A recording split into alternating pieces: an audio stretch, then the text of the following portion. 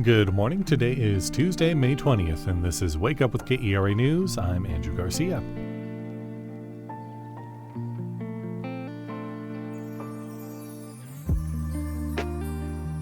It seems as if last night's storms have passed for now. We can expect today to be clear and sunny in North Texas, but we may see a return of that stormy weather later on in the week. It's still got that 70s vibe, but some things have changed at the studio in Garland where Willie Nelson recorded Red-Headed Stranger. Take a tour of one of Texas's musical landmarks after today's news. At least 13 North Texas arts groups have lost grant money from the National Endowment for the Arts as of last week. This comes after an executive order issued by the Trump administration deprioritized funding for certain arts initiatives. Among them are Dallas Theater Center, SMU Data Arts, and Flamenco Fever. The administration said in an email it will reallocate funds to projects that, quote, elevate HBCUs and Hispanic-serving institutions, foster AI competency, and celebrate the 250th anniversary of American independence, amongst other criteria.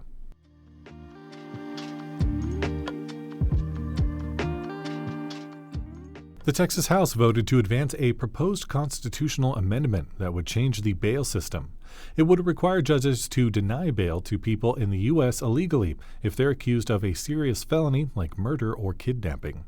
Representative Terry Canales was one of several Democrats who argued the measure would deny people due process, assuming them to be flight risks based on their legal status. If approved by both chambers, Texas voters will still need to vote on the measure in November before it can become law.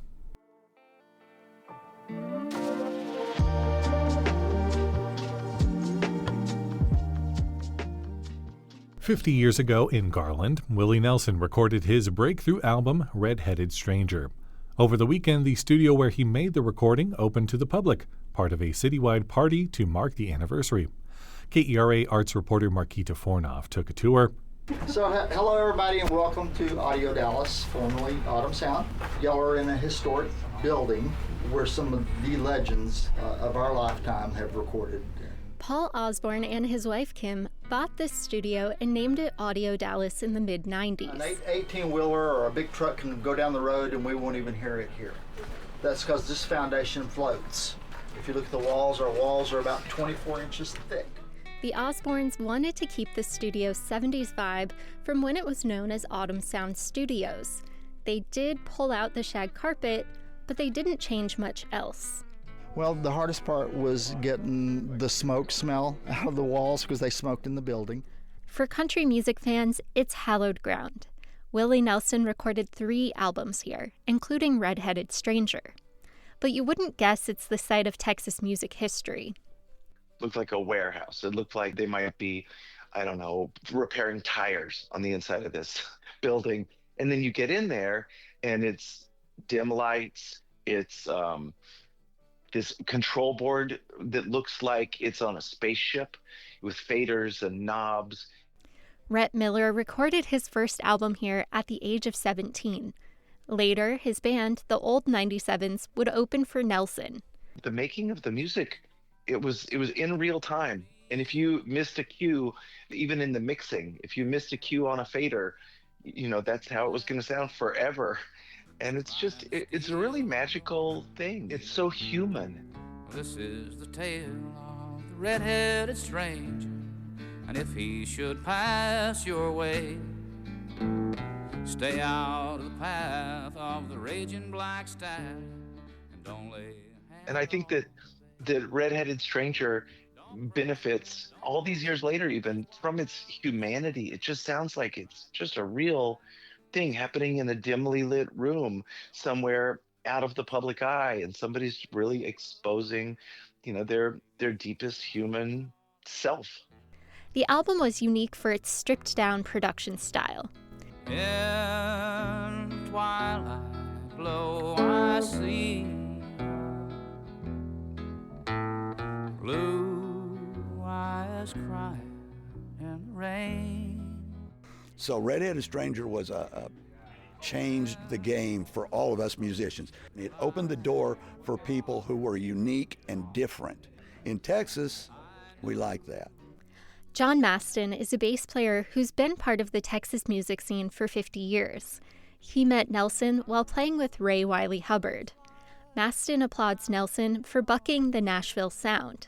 They just kept stacking crap on there until there wasn't a place to breathe anywhere in the song where there wasn't a bunch of stuff going on. Willie had a different vision.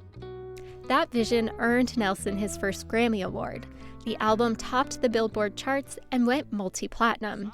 And 50 years later, we're still celebrating this musical milestone. We'll stroll hand in hand again. For KERA News, I'm Marquita Fornoff. In a land that knows no parting. Blue eyes cry in the rain.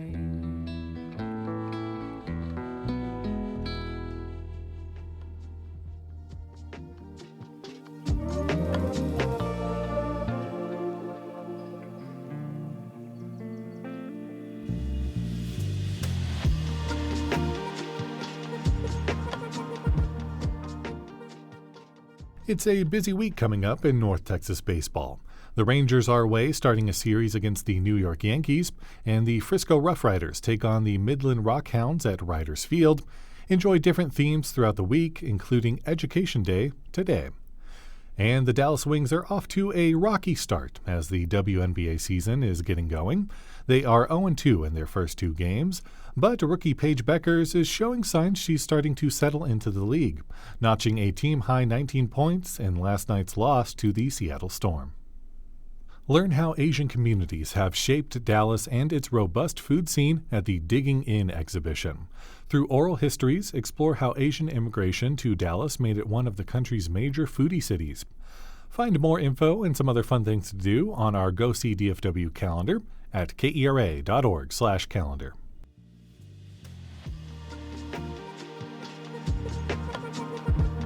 Thanks so much for listening to Wake Up with KERA News. I'm your humble host, Andrew Garcia. This show is produced and edited by the awesome Shardae White and Bekah Morr. For more news in your inbox, visit kera.org/wakeup. That's where you can subscribe to the Wake Up with KERA News newsletter and get some good morning vibes from our amazing colleague, Catherine Hobbs. Connect with us on Facebook, Instagram, and TikTok at KERATX. Have a great day, and we'll see you tomorrow.